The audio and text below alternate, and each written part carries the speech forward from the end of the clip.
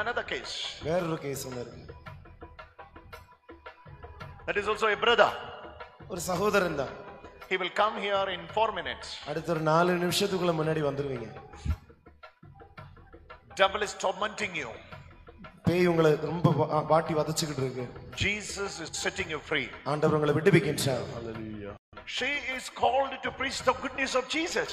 இந்த மகள் ஆண்டவருடைய நற்செய்தி பணிக்காக அழைக்கப்பட்டுள்ளார். Yes.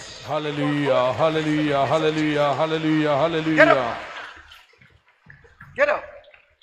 You are called to preach the good news of Jesus. ஆண்டவருடைய நற்செய்தி அறிவிக்க நீங்க அழைக்கப்பட்டிருக்கிறாய். That's why you have to struggle.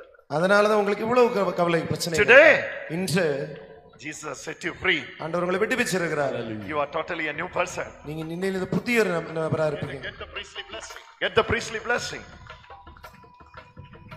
You know what Jesus says? ஆண்டவர் என்ன சொல்லுகிறார் தெரியுமா?